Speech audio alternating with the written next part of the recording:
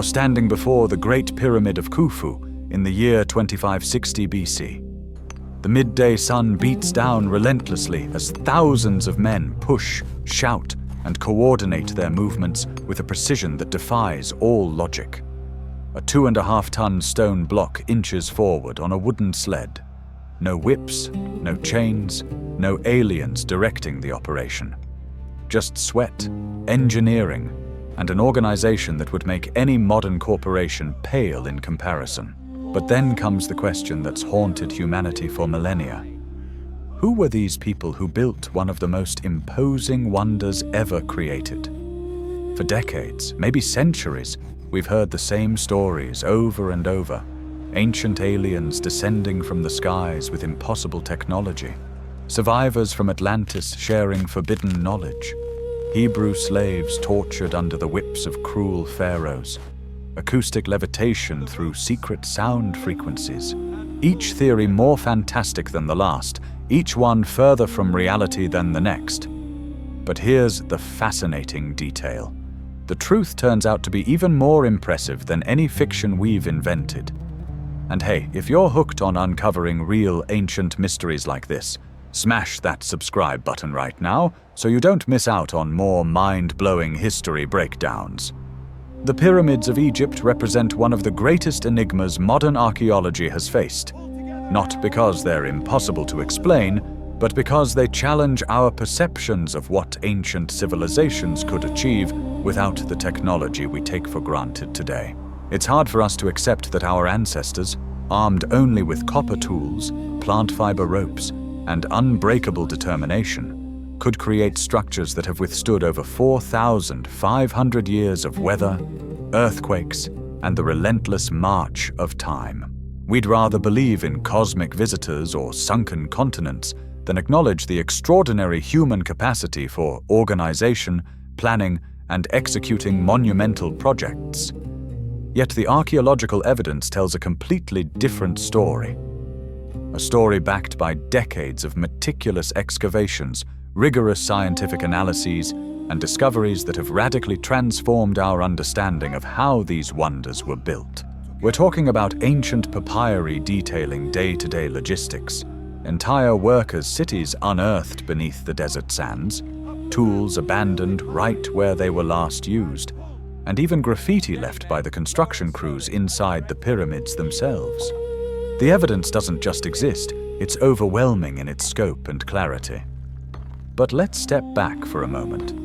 What do we really know about the historical context of these constructions? The most famous pyramids, those that dominate the Giza Plateau with their imposing presence, were erected during the 4th dynasty of Egypt's Old Kingdom, a period spanning roughly from 2613 to 2494 BC. It was the pharaohs Khufu, Khafre, and Menkaure who commissioned these monumental tombs, each conceived as a stairway to the heavens, a vehicle to carry the deceased pharaoh to his divine destiny among the circumpolar stars that never vanish from the night sky. Nevertheless, these gigantic structures didn't emerge from nowhere. Their design represents the culmination of decades, even centuries, of architectural experimentation that started with much more modest forms. Originally, Egyptian nobles and pharaohs were buried in mastabas, rectangular adobe buildings with flat roofs that served as permanent markers over underground burial chambers. These mastabas, while impressive for their time, didn't satisfy the growing ambitions of a monarchy that saw itself as divine, needing monuments that reflected their status as intermediaries between the mortal world and the realm of the gods. The revolutionary leap came during the 3rd dynasty, under the reign of Pharaoh Djoser, who was fortunate to have a visionary architect named Imhotep. This man, whose name means the one who comes in peace, designed something never seen before: the step pyramid at Saqqara. His concept was deceptively simple but profoundly innovative. Instead of building a single mastaba, why not stack several progressively smaller mastabas on top of each other? The result was a 6-tiered structure rising nearly 60 meters into the sky, visible from miles away, a stone testament to the pharaoh's power that anyone could behold on the horizon. Imhotep wasn't just the first architect whose name we know in human history.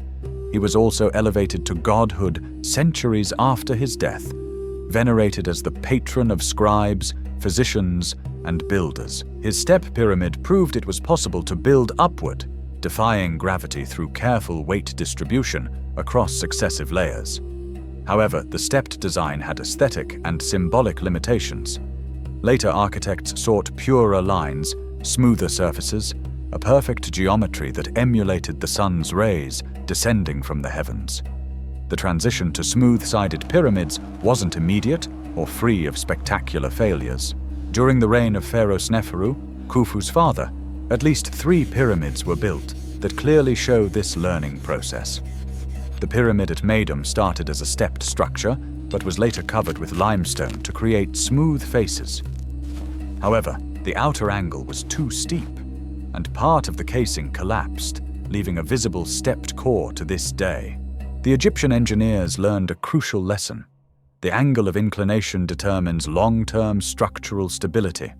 Their next attempt, the bent pyramid at Dasha, dramatically shows this emerging understanding. Construction began with a steep angle of about 54 degrees.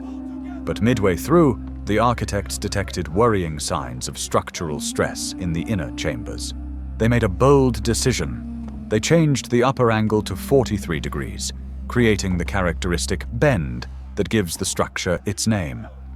This pyramid represents a pivotal moment in architectural history, the precise instant when ancient builders grasped the physical limitations of their materials and designs and adjusted their plans accordingly.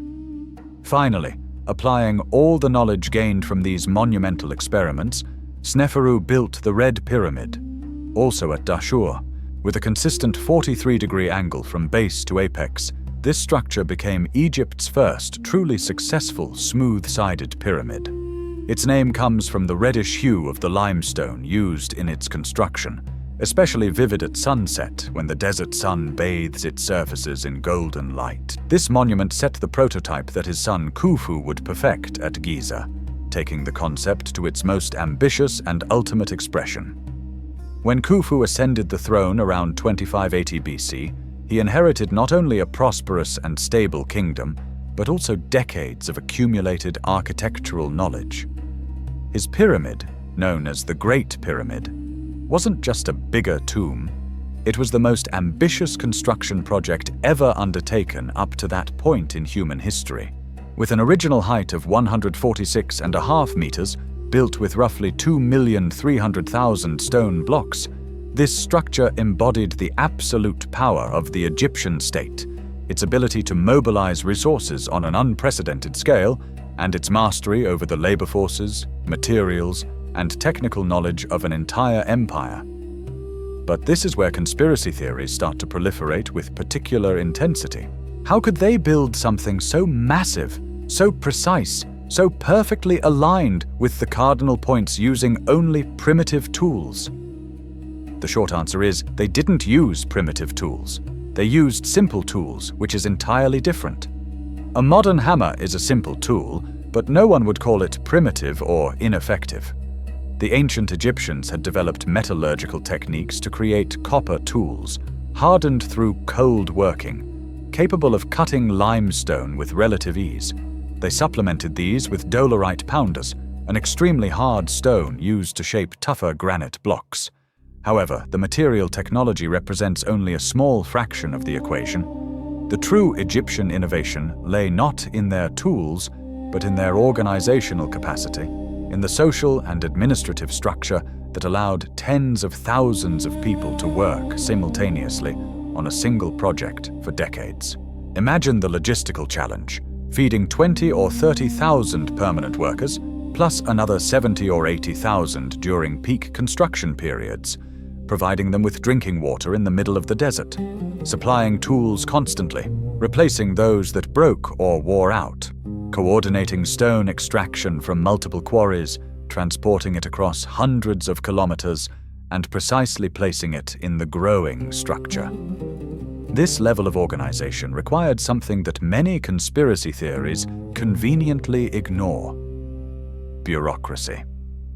The ancient Egyptians were undisputed masters of centralized state administration. They had a sophisticated writing system, hieroglyphs, that allowed them to record every transaction, every supply delivery, every work crew rotation. They had a class of highly trained scribes whose sole function was to meticulously document every aspect of Egyptian life, naturally including the great state construction projects.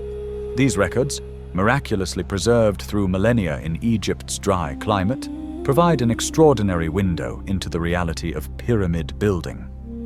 One of the most revealing discoveries of recent decades was made in the 1990s by archaeologists Mark Lenner and Zahi Hawass. While excavating south of the Giza pyramids, their teams stumbled upon something extraordinary: a complete workers' city buried beneath the desert sands. We're not talking about a small temporary camp, but a substantial urban installation with organized housing, industrial bakeries capable of producing thousands of loaves daily, breweries crafting the staple drink of the Egyptian diet, metalworking shops where tools were made and repaired, and even storage areas for the supplies that arrived constantly from all regions of Egypt. If this kind of behind-the-scenes ancient world fascinates you, make sure to subscribe and turn on notifications for more deep dives like this. The Workers' City reveals fascinating details about the living conditions of those who built the pyramids. The housing, while modest by modern standards, was solidly built from adobe and organized into regular blocks, suggesting deliberate urban planning. Analyses of food remains found in these areas indicate a surprisingly varied and nutritious diet. The workers consumed large amounts of bread and beer, naturally, but also beef, sheep, and goat meat, plus fish brought from the Nile. This wasn't the diet of starving slaves working to death, but of well-nourished laborers whose health and physical strength were considered valuable resources to be preserved. Even more revealing was the discovery of workers' cemeteries located near the pyramids themselves. This detail has importance that can't be understated. In ancient Egypt, burial location had profound social and religious implications. Being buried near the pharaoh's pyramid within the sacred complex was an extraordinary honor reserved for those who had served the king god directly in life.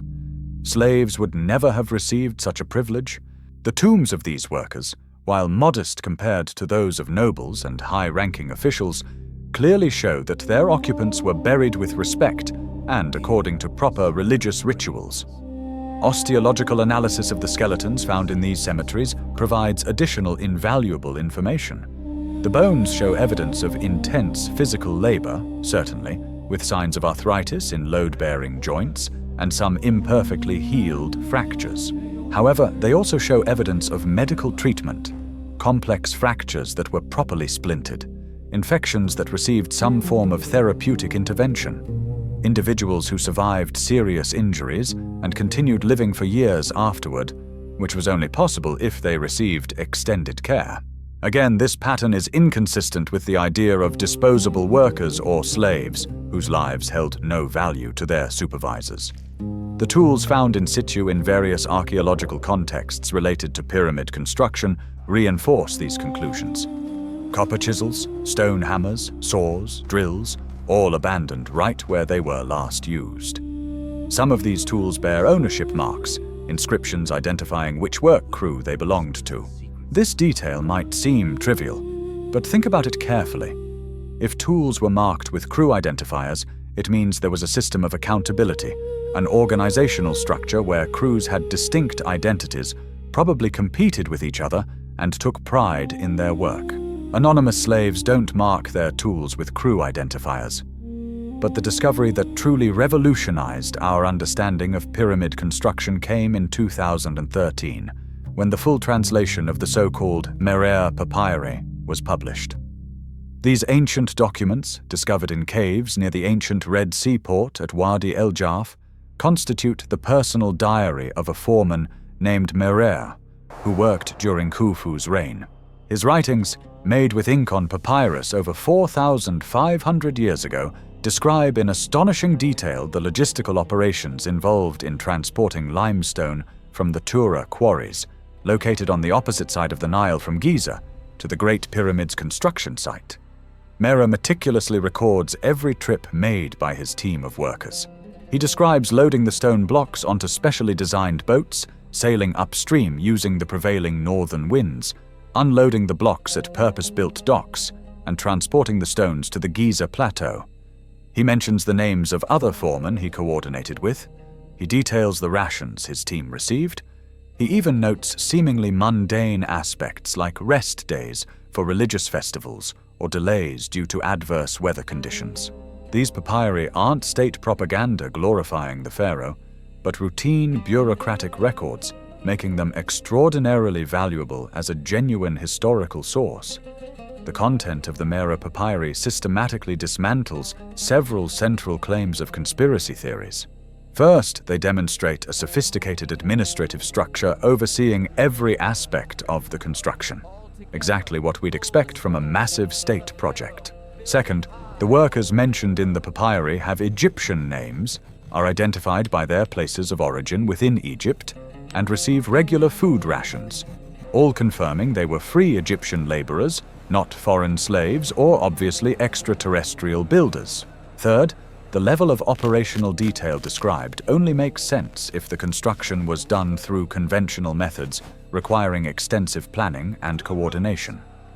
A particularly important aspect emerging from the analysis of all this archaeological evidence is the nature of the labor system used in pyramid construction.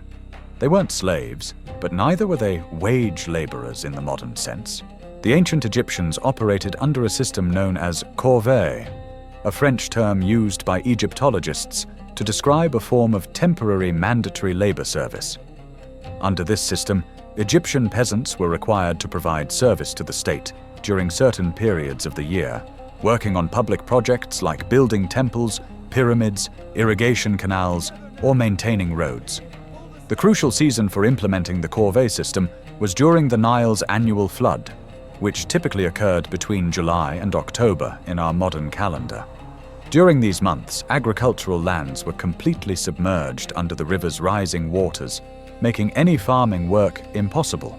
Peasants, who normally devoted all their time to agriculture, found themselves temporarily without productive occupation on their own lands. The Egyptian state, with its characteristic administrative efficiency, capitalized on this period to mobilize tens of thousands of these idle peasants toward monumental construction projects. This system benefited both sides in ways often overlooked in popular discussions. For the state, it provided access to a massive labor force precisely when it was most needed, during the optimal construction months when the weather was milder and river transport operated at maximum capacity thanks to the swollen Nile. For the peasants, it guaranteed sustenance during months when they otherwise had no agricultural income. They received abundant food, housing, clothing, and, according to some records, small amounts of tradable goods as additional payment for their service. Beyond the immediate material benefits, the corvée system fulfilled deeply important social and religious functions in the Egyptian worldview. Pharaohs weren't seen as mere political rulers, but as living gods, incarnations of Horus on earth, essential intermediaries between humanity and the divine, forces controlling the cosmic order called Ma'at. Working on the pharaoh god's tomb wasn't just fulfilling a legal obligation, it was participating in a profoundly meaningful religious act. The workers genuinely believed they were helping ensure the pharaoh's successful passage to the afterlife, which in turn guaranteed the maintenance of cosmic order and the continuity of the Nile's annual floods that sustained the entire civilization. This religious dimension of the project explains archaeological findings that would otherwise seem puzzling. Inside the pyramids themselves, on blocks in internal areas that would never be seen by human eyes once construction was complete, archaeologists have found graffiti left by work crews. These inscriptions aren't vandalism but marks of pride. Crew names like the Friends of Khufu or the Drunkards of Menkaure appear repeatedly, indicating that groups of workers strongly identified with their gangs competed to move more blocks or complete sections faster, and felt enough pride in their labor to leave permanent testimony of their involvement. Speaking of pride in craftsmanship, if you're as impressed by these ancient feats as I am, go ahead and subscribe now to explore more stories of human ingenuity from history. Estimates of the labor force size required to build the Great Pyramid have varied considerably over the decades as archaeology has refined its understanding of the construction methods employed. The Greek historian Herodotus, who visited Egypt around 450 BC, more than 2,000 years after the pyramid was built, reported that 100,000 men worked for 20 years on the project. This figure, passed to Herodotus by Egyptian priests, was long accepted as a rough reference, though scholars always recognized that Herodotus wasn't always reliable in his reports about Egypt. Modern archaeological research suggests somewhat different, but not radically divergent figures. Mark Lehner, who has dedicated decades to studying the Giza Plateau, estimates that roughly 20 to 30,000 permanent workers formed the project's continuous labor corps. These included skilled artisans like expert stonecutters, engineers, surveyors, metallurgists, carpenters, and masons, whose abilities required years of training and experience. They worked on-site year-round, overseeing the technically demanding aspects of construction. During the Nile flood months, this permanent corps was supplemented by a massive influx of temporary corvee laborers, swelling the total workforce to perhaps 70, 80, or even 100,000 people. These temporary workers handled tasks requiring muscle more than specific technical skill, quarrying blocks, transporting them to the site, hauling them up ramps, and placing them under the supervision of skilled masons. The system rotated these workers every 3 or 4 months, allowing them to return to their villages and fields once the Nile waters receded and the agricultural season began anew. This labor organization reveals astonishing administrative sophistication. Consider just some of the logistical challenges involved. 30,000 people consuming roughly 2 kilos of bread each per day requires 60,000 kilos of bread daily. The industrial bakeries discovered in the workers' city show capacity to produce exactly those amounts, using massive adobe ovens that baked hundreds of loaves simultaneously. Beer, a staple in the Egyptian diet because Nile water often contained dangerous parasites, required equally massive production. Chemical analyses of residues in ancient beer jars reveal that Egyptians brewed several different types with varying alcohol levels and nutritional value. Meat, though not consumed daily, appeared regularly in the workers' diet, especially during religious festivals that dotted the Egyptian calendar. Animal bones excavated from waste areas near the workers' city come predominantly from young cattle, specifically males aged 1 to 2 years. This selection isn't accidental. Young cattle provide more tender meat than older animals, while sacrificing young males before reproductive maturity makes economic sense, preserving females for breeding and mature males for farm work. The pattern suggests calculated livestock management specifically to efficiently feed the construction workforce. The provisioning system required a logistics network spanning all of Egypt. Nomarchs, the provincial governors of the various nomes or administrative divisions of the kingdom, were responsible for sending regular quotas of food, materials, and workers to Giza. Specially designed boats constantly sailed up and down the river, transporting grain from the Nile Delta granaries, livestock from Upper Egypt's pastures, copper from Sinai mines, timber from the valley's sparse groves or imported from Lebanon, and stone from quarries scattered over hundreds of kilometers.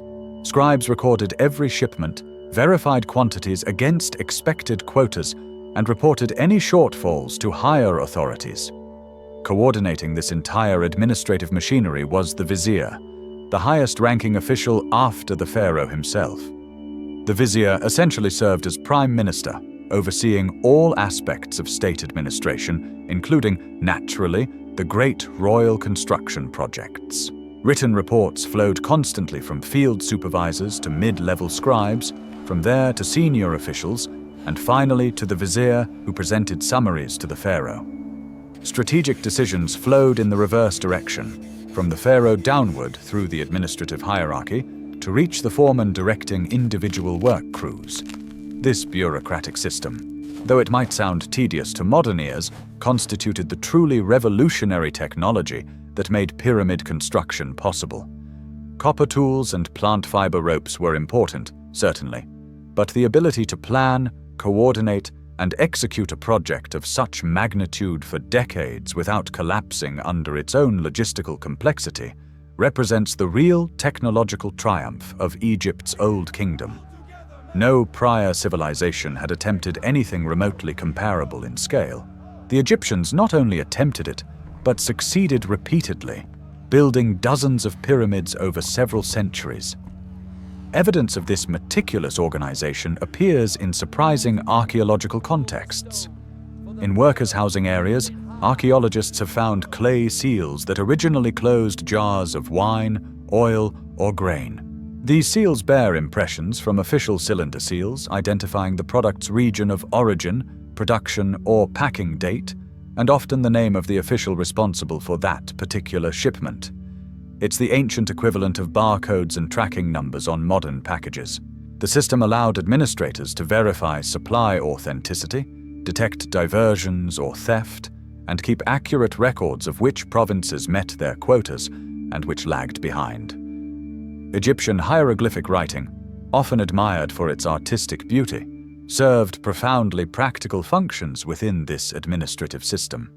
Hieroglyphs weren't merely decorative, but a fully functional writing system capable of expressing complex ideas with precision. Scribes trained for years to master the hundreds of hieroglyphic signs, Egyptian grammar, standard administrative formulas, and the arithmetic needed to calculate rations, inventories, and work schedules.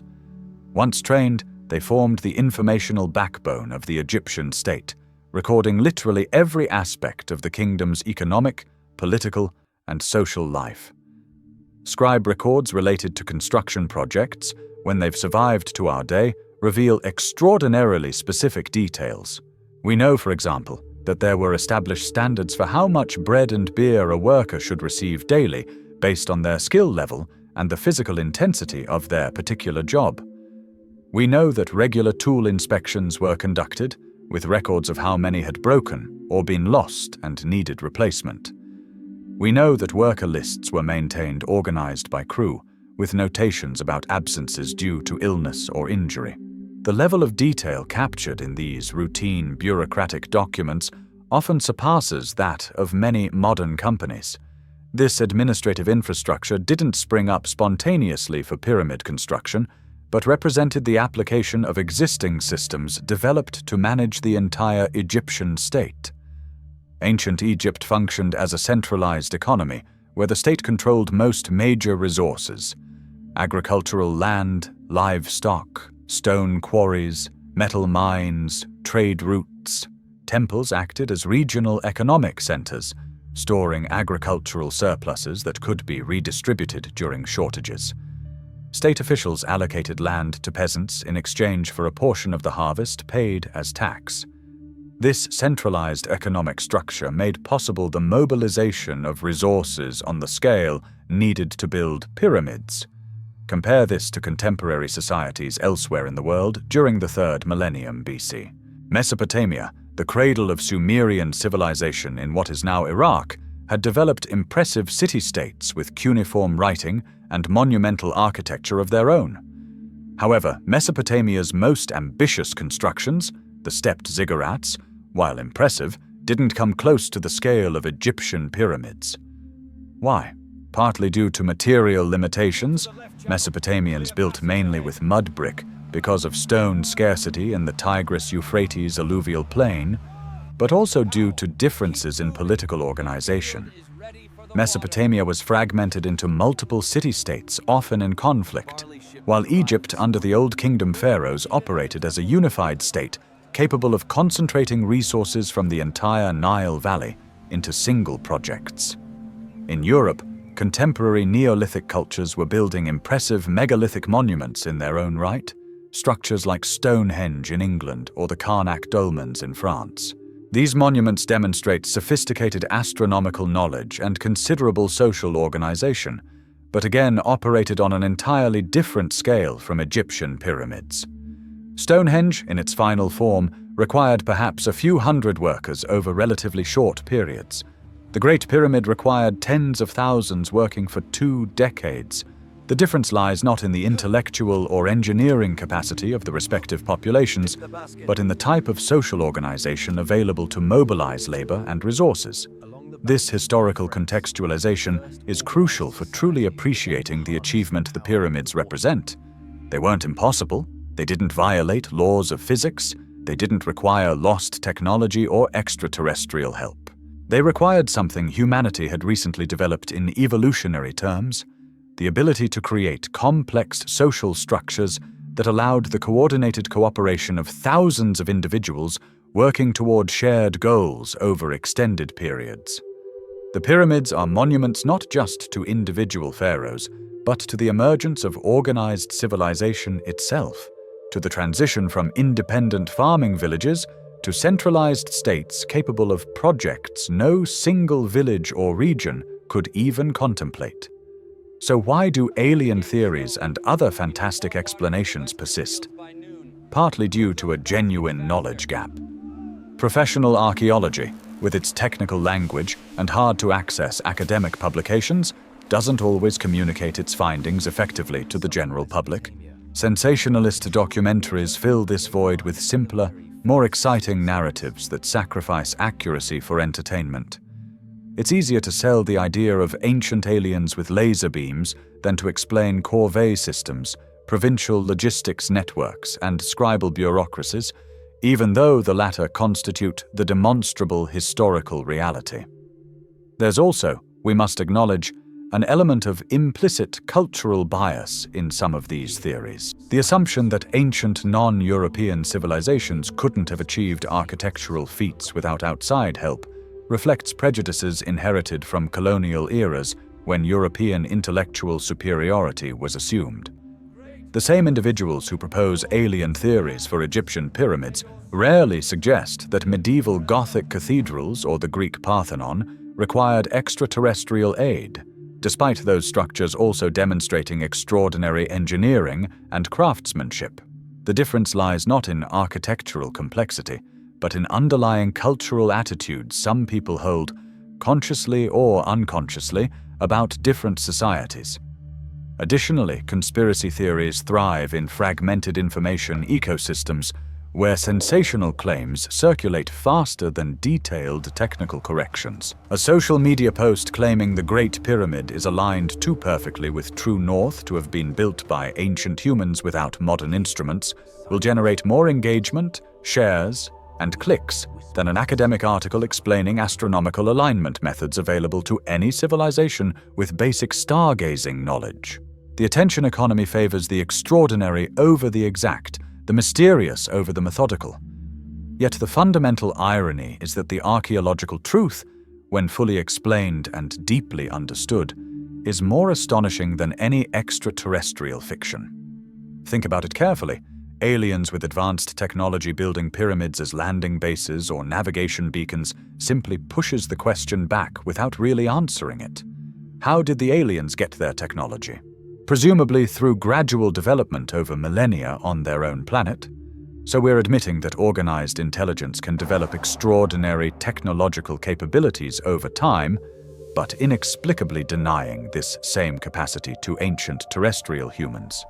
In contrast, the archaeological reality shows humans as intelligent as us, with brains identical to ours, tackling engineering challenges through careful observation, iterative experimentation, cultural transmission of accumulated knowledge, and increasingly sophisticated social organization. They didn't have electronic calculators, but understood practical geometry well enough to solve complex architectural problems. They didn't have motorized cranes, but perfectly grasped basic mechanical principles like levers, inclined planes, and weight distribution. They didn't have instant communication, but developed bureaucratic systems that allowed effective coordination across considerable distances and prolonged periods. When we view the pyramids as products of human capability rather than inexplicable mysteries, fascinating questions emerge about specific aspects of their construction that archaeology continues to investigate actively. Exactly what type of ramps did they use to lift blocks to increasing heights as the pyramid grew? How did they achieve the extraordinary precision in leveling the base and aligning with cardinal points? What specific techniques did they employ to cut, transport, and place the massive granite blocks weighing up to 80 tons in the king's chamber? These questions have answers, some fully resolved and others still debated among specialists, but all within the realm of the humanly possible using technology available in Old Kingdom Egypt. The conceptual shift from seeing pyramids as impossible mysteries to understanding them as extraordinary but explainable human achievements doesn't diminish our awe of them. If anything, it deepens it. These structures represent the best of what our species can accomplish when combining intelligence, determination, effective social organization, and long-term vision. They are stone testaments to humanity's capacity to conceive projects that transcend individual lives, to coordinate the efforts of thousands toward shared goals, to transmit knowledge across generations, accumulating ever more refined understanding of the physical world. And if you're loving this exploration of human achievement, don't forget to subscribe for more content that celebrates our incredible history. Moreover, the pyramids connect us directly to these ancient builders across the gulf of 4.5 millennia. When we visit Giza today, when we place our hands on limestone blocks that were cut, transported, and placed by Egyptian workers whose names we know from the graffiti they left, when we contemplate the construction precision that has allowed these structures to withstand millennia of erosion, earthquakes, and the inexorable passage of time, we're touching directly the legacy of humans who lived full lives, who had hopes and fears, who ate bread and drank beer after exhausting days of work under the desert's unrelenting sun, who felt pride in their labor, and who contributed to creating something their descendants would admire for untold centuries into the future. The archaeological evidence doesn't just debunk fantastic theories, it reveals a richer, more human story. A narrative of ingenuity, organization, deep religious belief, and collective achievement that deserves to be told in all its complexity and nuance. The ancient Egyptians didn't need aliens to build the pyramids. They had something far more powerful: accumulated knowledge, sophisticated social organization, unbreakable determination, and a shared vision of what they could achieve working together under the direction of a centralized state that could mobilize an entire civilization's resources toward a single, monumental goal. Now, understanding who built the pyramids and in what social and administrative context they did, it inevitably leads us to the next crucial question. How exactly did they physically accomplish it? What were the specific methods, the engineering techniques, the step-by-step processes that turned millions of tons of raw stone into geometrically precise structures that would defy time itself? This is where experimental archaeology, physical evidence analysis, and decades of painstaking research provide us with increasingly detailed and satisfying answers. 2,300,000 stone blocks, 146 meters tall, 20 years of continuous construction. Do the math, and you'll reach a conclusion impossible to ignore. The Great Pyramid's builders needed to place roughly one block every 2 or 3 minutes, working 10 hours a day, every day, for 2 full decades. Does that seem impossible? It has to many for centuries. But here's the fascinating detail. When you understand exactly how their construction system worked, when you examine the physical evidence they left behind, when you conduct experiments replicating their techniques, that seemingly impossible pace starts to make perfect sense. The question isn't whether they could do it, but how they organized every step of the process with the precision of a clockwork mechanism. A pyramid's construction began long before the first block was placed in its final position. It started in quarries scattered over hundreds of kilometers across Egypt, where specialized teams extracted tons of stone daily that would eventually find their place in the growing structure. Most blocks used in the Giza pyramids come from local limestone quarried directly from the plateau where the pyramids were built. This proximity wasn't coincidence, but deliberate planning that dramatically reduced logistical transport challenges. However, certain elements required special materials that had to be brought from considerable distances. The Tura quarries, located on the Nile's east bank about 13 kilometers south of Giza, provided the high-quality white limestone used for the pyramid's outer casing. This fine-grained, bright-colored limestone could be polished to an almost mirror-like surface that intensely reflected sunlight. When the pyramids were fully cased with these Tura stones, before they were stripped in medieval times to build mosques and buildings in Cairo, they must have gleamed spectacularly under the Egyptian sun, visible for miles as shining mountains rising from the desert. The Mera Papyri, that foreman's diary we mentioned earlier, specifically documents transporting limestone from Tura to Giza, archaeologically confirming what geologists had already determined through stone analysis. For structural elements requiring exceptional strength, particularly the beams supporting the king's chamber roof and the relieving chambers above it, the builders needed granite. This extremely hard and durable material came from quarries at Aswan, about 800 kilometers upriver to the south. Imagine the logistics.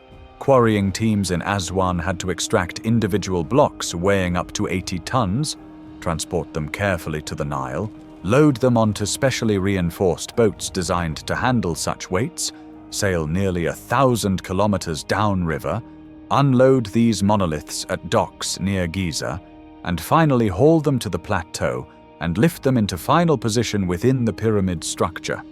Each of these steps presented considerable technical challenges requiring ingenious solutions.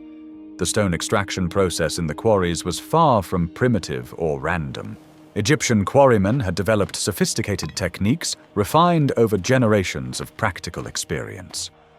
For limestone, relatively softer than granite, they used copper tools hardened through repeated hammering, a metallurgical process called cold working that significantly increases metal hardness by deforming its crystal structure.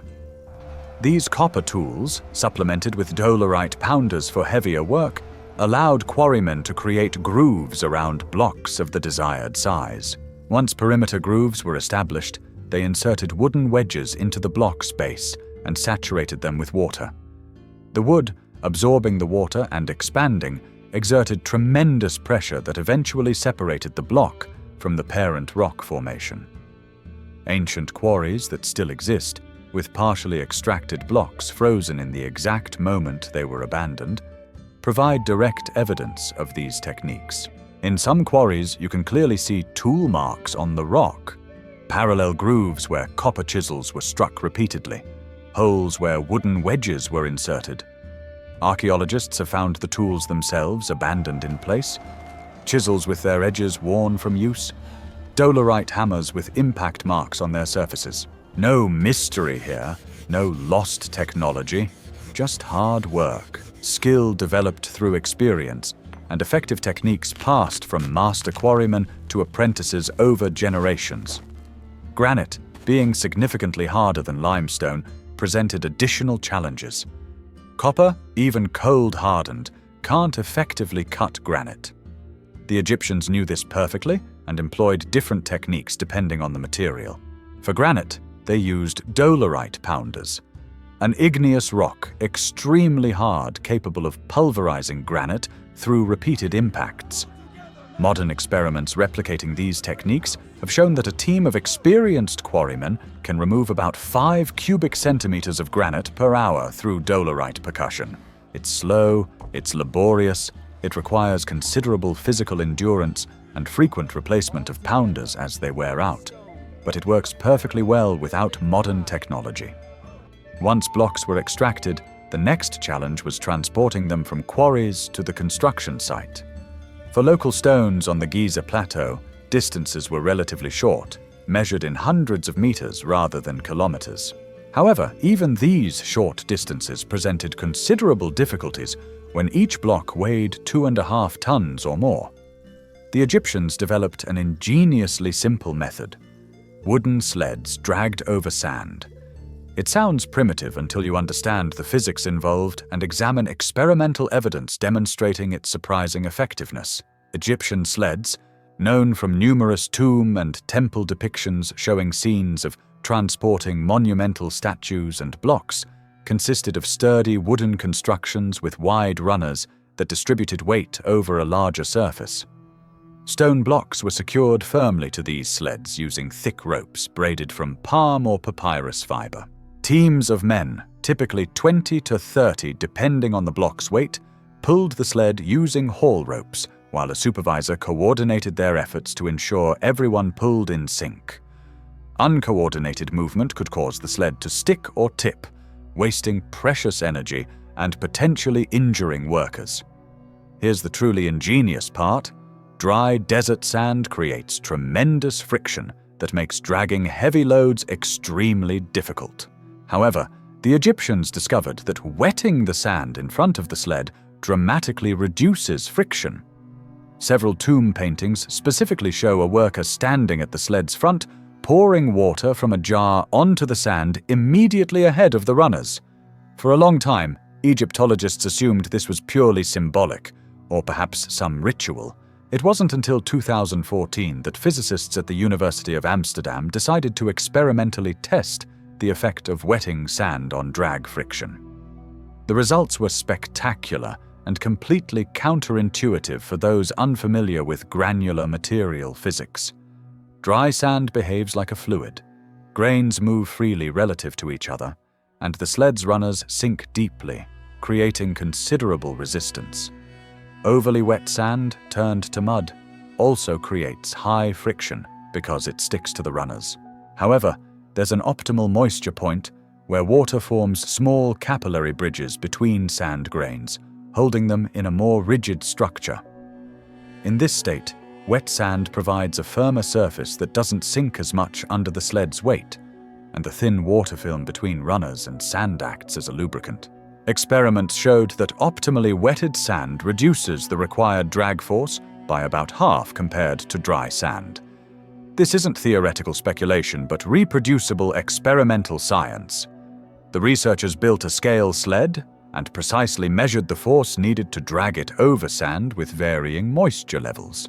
The ancient Egyptians obviously didn't have force gauges or understand capillary bridge physics at a molecular level, but through practical experimentation, they empirically discovered that wetting sand made the job easier. This is a perfect example of how ancient civilizations developed effective technological solutions through careful observation and iterative refinement without needing formal theoretical scientific understanding. With this technique, a team of about 20 men could drag a standard 2.5-ton block at a reasonable speed over relatively flat terrain. Multiple teams working simultaneously could move dozens of blocks daily from quarries to the construction site. For exceptionally heavy blocks like 80-ton granite ones, much larger teams, perhaps 200 men or more, were required, and progress was correspondingly slower. However, these massive blocks were relatively few in number, mostly concentrated in the pyramid's inner chambers, so extraordinary resources could be devoted to their transport without significantly delaying the overall project schedule. River transport introduced different dynamics. Blocks from distant quarries like Tura or Aswan had to be loaded onto boats specially designed for Nile navigation. The river provided a perfect natural highway for heavy cargo transport in an era before domesticated draft animals in Egypt, and long before the wheel's invention for land transport in that region. Egyptian boats, built from planks sewn or pegged together, could carry impressive loads by leveraging water's buoyancy to move weights that would be nearly impossible to drag over land. Prevailing winds in Egypt blow from the north, from the Mediterranean inland, while the Nile's current flows north from East Africa's highlands. This fortunate configuration meant boats could travel upriver south by deploying sails to catch the wind, then return downriver north simply by drifting with the current. During the flood season, when the Nile's level rose dramatically, Egyptians built temporary canals, allowing boats to approach much closer to the Giza Plateau than possible the rest of the year. Some Egyptologists suggest they may have excavated an artificial canal reaching almost to the plateau's base, minimizing the distance blocks needed to be dragged over land after river transport. Once blocks arrived at the construction site, they faced the most daunting challenge: ascending to increasing heights as the pyramid rose layer by layer toward the sky. Here we enter territory of genuine debate among archaeologists and engineers. Unlike construction aspects where direct physical evidence and solid academic consensus exist, the exact methods used to lift blocks to great heights remain partially uncertain. Not for lack of viable options, but because multiple different methods would have worked perfectly well, and archaeological evidence doesn't always allow definitive distinction between them. The most intuitive and widely known theory is the straight external ramp. Imagine a ramp built from mud brick, rubble, and debris rising gradually from ground level to the pyramid's apex, allowing work teams to drag blocks upward on an inclined plane. This approach has the advantage of conceptual simplicity and would undoubtedly have worked for pyramids of modest height. However, for the Great Pyramid, it presents significant practical problems. Maintaining a slope gentle enough for workers to ascend, dragging 2.5-ton blocks, typically no more than 8 or 10 degrees of incline, would require a straight ramp reaching 146 meters high to extend over 1.5 kilometers from the pyramid's base. The volume of material needed to build such a ramp would exceed the pyramid's own volume. Even more problematic, there's no archaeological evidence of such massive ramps around Giza or any other major pyramid site. A more plausible variant involves zigzag or spiral ramps ascending the pyramid sides as it grew. These ramps, built against the faces of the pyramid under construction, would require much less material than a straight ramp due to their more compact configuration. Workers would ascend one ramp section, turn at a corner, continue along the next side, and so on in a spiral around the structure. Interestingly, there is some evidence of side ramps at other pyramids. The unfinished Meidum Pyramid shows remnants of construction ramps still attached to its sides, never removed because the project was abandoned before completion. These ramps run straight up the pyramid's faces, providing direct confirmation that at least some Egyptian pyramids used side ramps during construction. A more recent and considerably more controversial theory was proposed by French architect Jean-Pierre Houdin in the 2000s. Houdin suggests the Great Pyramid was built using a relatively small external ramp for the first 40 or 50 meters of height. But beyond that point, builders used an internal spiral ramp embedded within the pyramid's body itself. This internal ramp would have run just beneath the outer surface, spiraling upward from base to near the apex. Blocks would be dragged up this internal ramp, with the work hidden inside the structure growing steadily around and over the ramp itself. Houdin's theory is fascinating, but speculative, and the archaeological community remains divided on its plausibility. In its favor, it would explain several architectural enigmas of the Great Pyramid, including apparent low-density areas detected through microgravimetry techniques that could correspond to unopened internal corridors. It also explains the absence of evidence for massive external ramps around Giza.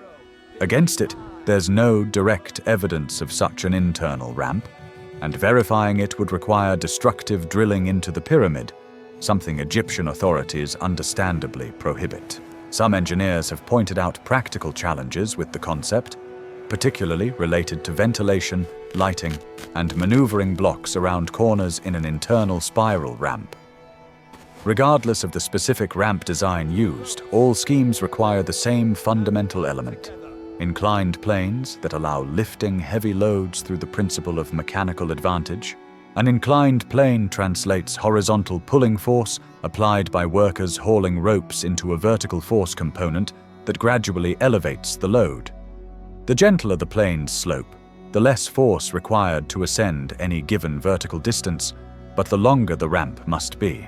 Egyptian builders would have intuitively understood this trade-off through practical experience and adjusted their ramp designs according to each project's specific circumstances.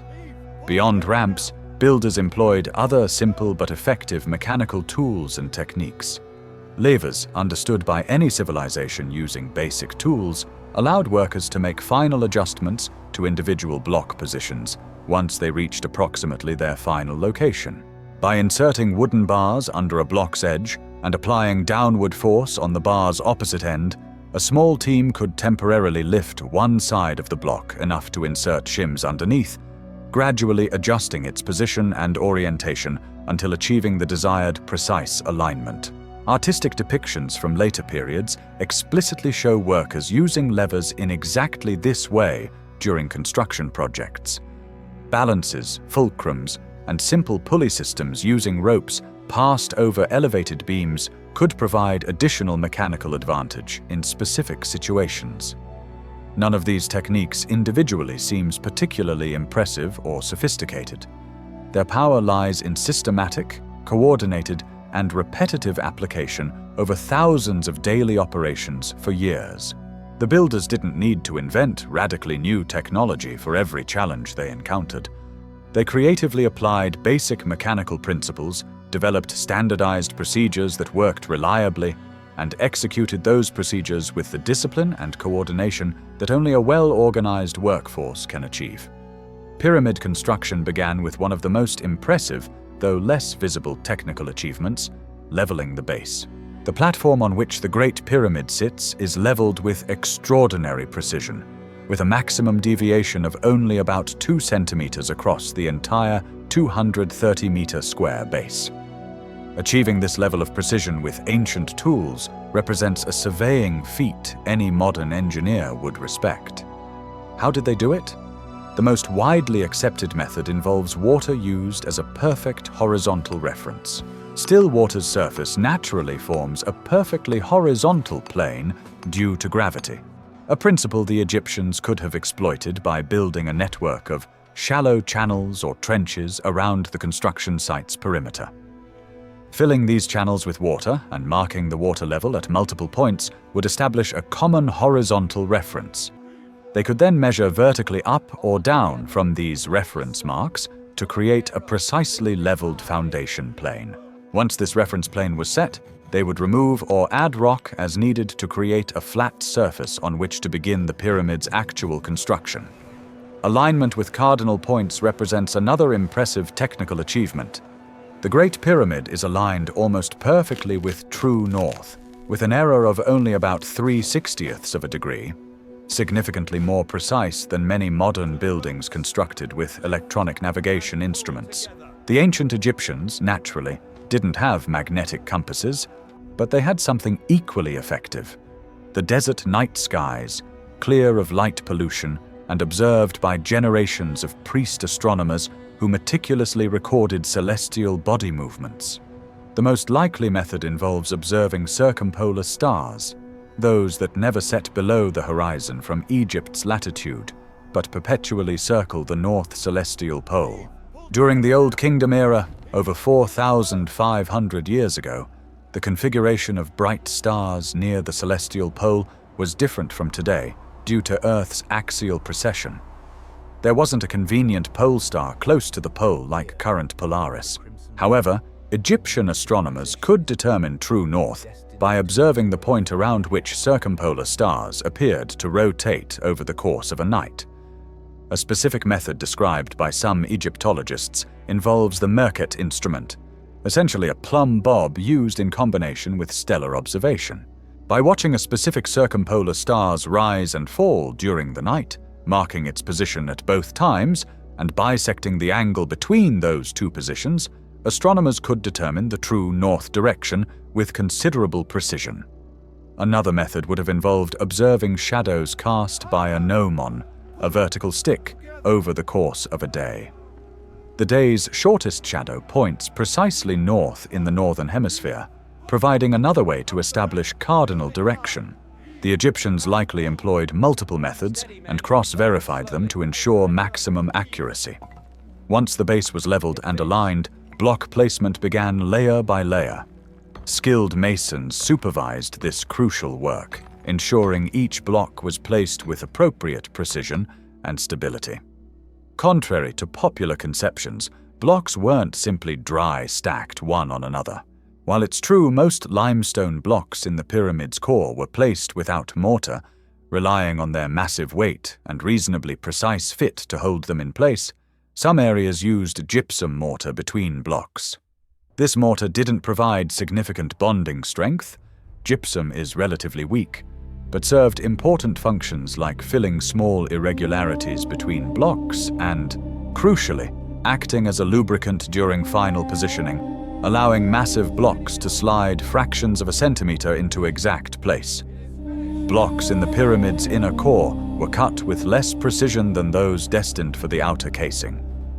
This difference doesn't represent carelessness, but intelligent resource optimization. The core would never be visible once construction was complete, so it didn't require the aesthetic surface quality needed for casing stones. Quarrymen could extract core blocks more quickly, accepting irregular surfaces that would be completely hidden. Gaps between irregular core blocks were filled with smaller stone fragments and sand, creating a solid mass that effectively distributed weight throughout the entire structure. In contrast, the Tura casing stones received meticulous attention. These had to fit with extraordinary precision, with joints so tight between adjacent blocks that supposedly you can't insert a knife blade between them. The outer surfaces of these casing stones were carefully polished to a smooth, shining finish. This polishing was likely done after the stones were in final position, with workers suspended on wooden scaffolds against the pyramid's face, rubbing the stone surfaces with progressively finer abrasives until achieving the desired sheen. The final result was an almost seamless surface that reflected light intensely, creating the spectacular effect of gleaming mountains that would have visually dominated the surrounding landscape. Construction of the inner chambers, particularly the Grand Gallery and the King's Chamber with its elaborate relieving chambers, represents some of the most impressive engineering achievements within the pyramid. The Grand Gallery, an ascending corridor with a corbelled ceiling reaching about 8.5 meters high, was built using corbel vaulting techniques where each stone layer projects slightly beyond the one below, gradually converging upward. This design distributes the pyramid's weight over the gallery outward to the sides rather than directly downward, reducing stress on the gallery's ceiling itself. The King's Chamber, located near the pyramid's center about 43 meters above ground level, contains some of the structure's most massive stones.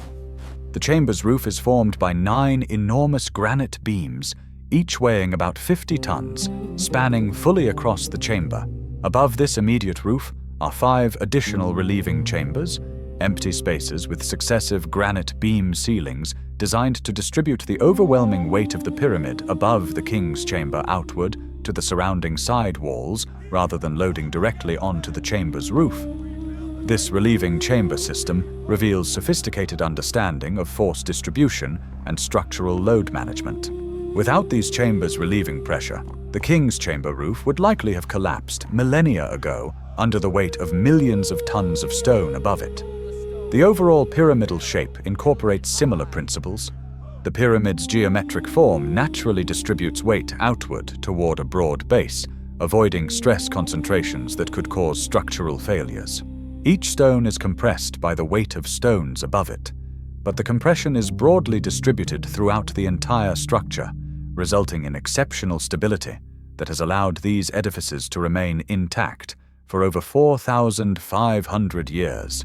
Transporting and installing the massive granite beams in the King's Chamber presents one of the most intriguing technical enigmas of pyramid construction. These beams, each weighing tens of tons and originating from quarries 800 kilometers away, needed to be lifted to 43 meters and precisely maneuvered into position within the confined space of the chamber under construction. How did they do it?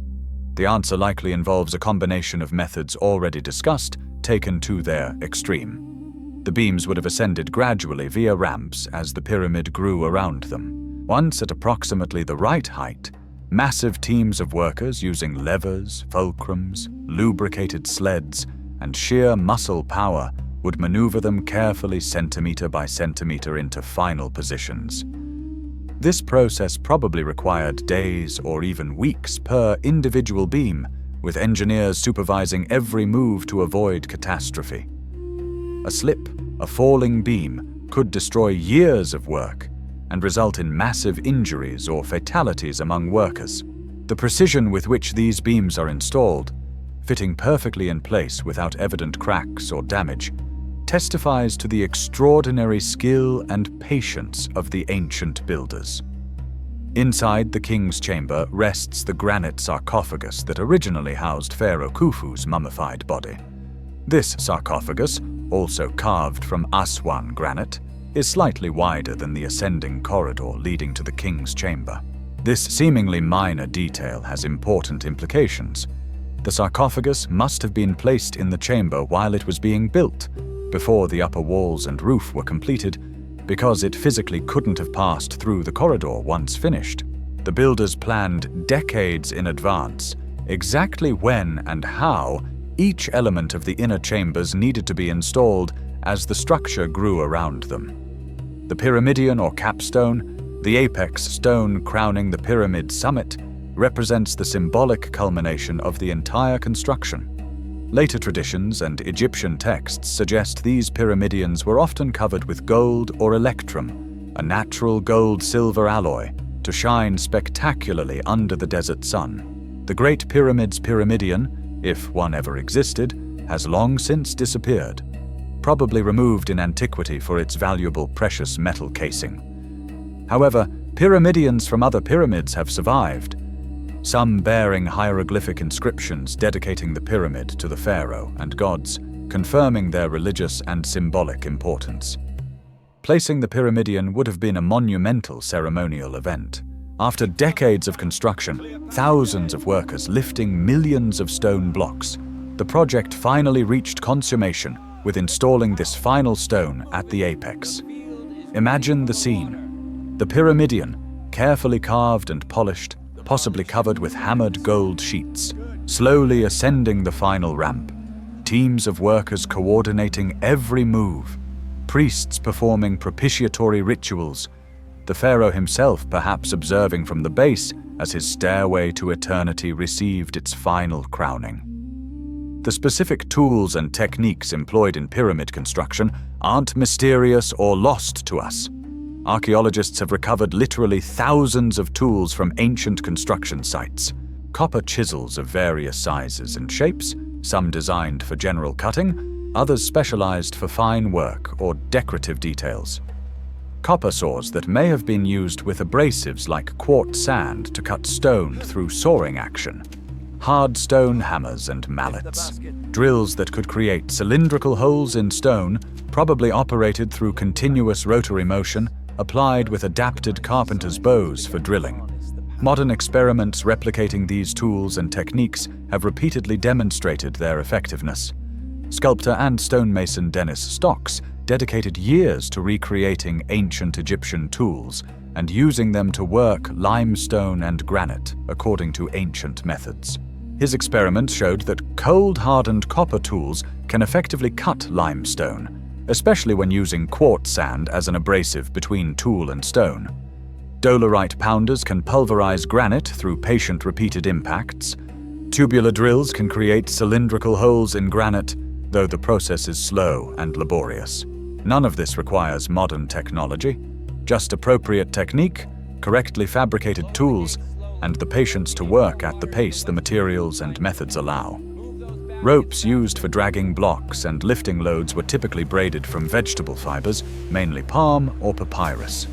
These natural fibers, when properly braided into thick ropes, possess impressive tensile strength. Experiments have shown ancient Egyptian ropes could withstand loads of several tons before breaking. Egyptians knew multiple braiding techniques and often applied animal fat to ropes to reduce friction and wear during use. Artistic depictions consistently show workers using thick ropes to haul heavy objects, confirming their central importance in construction operations. Lubricants played key roles in reducing friction in multiple contexts. We've already mentioned water used to wet sand under transport sleds. Animal fat was applied to ropes and probably also to wooden surfaces where blocks needed to slide.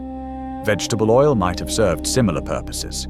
Gypsum mortar between some blocks effectively acted as a lubricant during final positioning. The Egyptians clearly understood through practical experience that reducing friction made work easier, and they employed various means to achieve this reduction, depending on specific circumstances. Measurement and design instruments were surprisingly sophisticated for the era. Plumb bobs, simply weights suspended from strings, provided perfect vertical references thanks to gravity. Water levels, or A-frame levels, simple wooden constructions with integrated plumb bobs, allowed checking surface horizontality.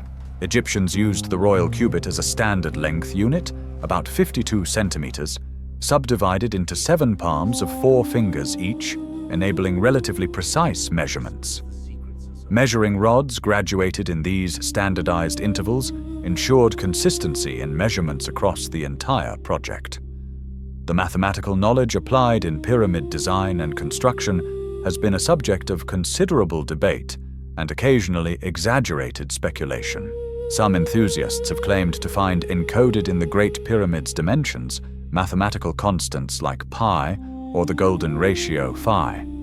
Most Egyptologists and professional mathematicians are skeptical of these claims, noting that when you measure any complex structure with enough precision, you'll inevitably find approximations to various mathematical constants simply by statistical coincidence. What's indisputable is that the Egyptians possessed considerable practical geometric knowledge. They perfectly understood concepts like area and volume. They could calculate appropriate ramp slopes. They knew how to establish right angles and maintain consistent proportions throughout a gigantic structure. The Rind Mathematical Papyrus, a document from the Middle Kingdom period after the Great Pyramids but preserving older mathematical knowledge, demonstrates Egyptians could solve applied geometry problems relevant to construction and surveying. The crucial thing to understand is that pyramid builders didn't need advanced theoretical mathematics. They needed applied practical geometry, which is something different. A modern carpenter doesn't need to understand algebraic topology to build a perfectly functional staircase. They need practical knowledge of angles, proportions, and measurements. Similarly, Egyptian engineers didn't need to understand integral calculus to design a stable pyramid. They needed empirical understanding of how weight distributes through different geometric shapes, knowledge they developed through generations of experimental building with progressively more ambitious structures. The time required to build the Great Pyramid is traditionally estimated at about 20 years based on Herodotus's report and ancient Egyptian chronologies of Khufu's reign. This figure has become standard in popular discussions, but it's worth examining if it's really plausible given the construction methods we've discussed.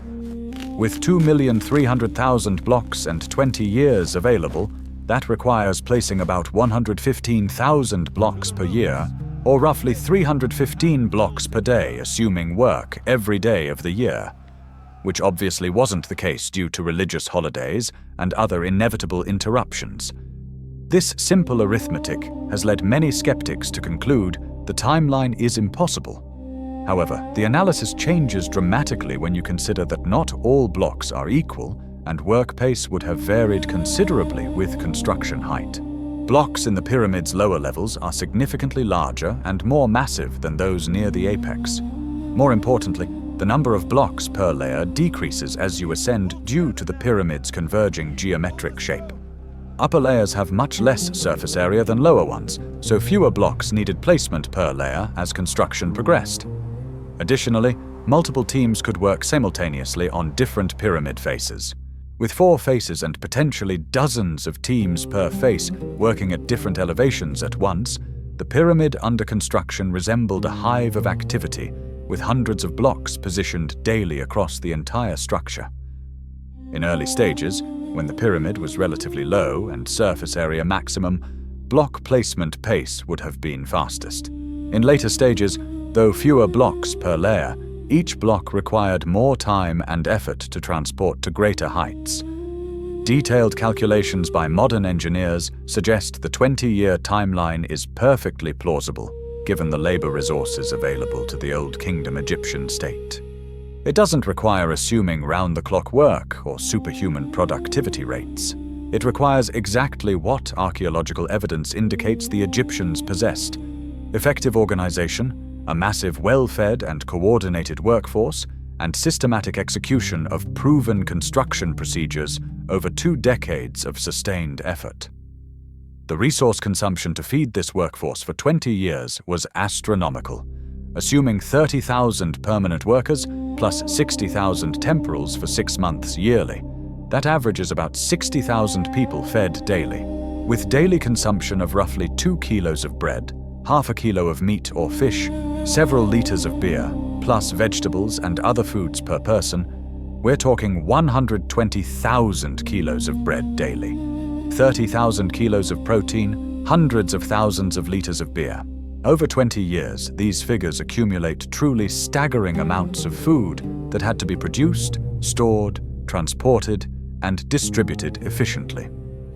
This logistical aspect of pyramid construction, often ignored in popular discussions focusing on more dramatic elements like moving massive blocks, actually represents one of the most impressive achievements. Any society capable of feeding 60,000 additional people for 2 decades without collapsing its base agricultural economy, while simultaneously maintaining the kingdom's normal infrastructure, has achieved a level of administrative sophistication deserving considerable respect. The Old Kingdom Egyptians didn't just build pyramids with stone. They built them with social organization, economic planning, and bureaucratic capacity. If these insights into ancient logistics blow your mind, subscribe today to get notified about future episodes unpacking more historical marvels. So in the end, how did they build the pyramids? The answer is simultaneously simple and profoundly complex. Simple because it doesn't involve mysterious technology, supernatural powers, or extraterrestrial visitors. Complex because it required orchestrating thousands of different elements, from quarries to kitchens, from astronomical surveying to rope management, from river logistics to ration distribution, all functioning coordinately for decades. They built the pyramids with human intelligence applying empirical knowledge developed through practical experimentation, with sophisticated social organization enabling mobilization and coordination of tens of thousands of workers, with simple but effective technology appropriate for available materials, with determination to complete projects transcending individual lives, with deep religious belief granting meaning and purpose to the arduous work. The pyramids stand as testimony not to what humans couldn't have done, but to what we definitively achieved when combining ingenuity, organization, resources, and sustained will. We don't need to diminish this achievement by invoking fantastic explanations. The reality of ancient humans armed with copper tools, vegetable fiber ropes, and practical geometric knowledge-building structures that have endured for 45 centuries is significantly more impressive than any tale of extraterrestrials doing the work for us. Each block placed in position represents human sweat, skill acquired through years of practice, coordination among workers who had to synchronize their efforts perfectly, and the contribution of an entire civilization mobilizing resources to support the project. When you contemplate the pyramids with this understanding, when you recognize that every stone was cut, moved, lifted, and positioned through organized direct human effort, the awe doesn't diminish but transforms into something deeper. Respect for our species' extraordinary capacity to achieve the seemingly impossible through intelligent cooperation and persistent work over time. The pyramids teach us that we don't need to be superhuman to create wonders. We need to be fully human in the best sense of that word. Intelligent, organized, cooperative, persistent, and capable of working toward visions extending beyond our own individual lives. That legacy, transmitted across 45 centuries from pyramid builders to us, represents perhaps their most valuable gift to future generations, who continue to gaze upward in awe at what their distant ancestors accomplished under the unrelenting sun of the Egyptian desert. And if you've made it this far and want to keep discovering these timeless lessons from history, hit subscribe and join the community exploring our shared past.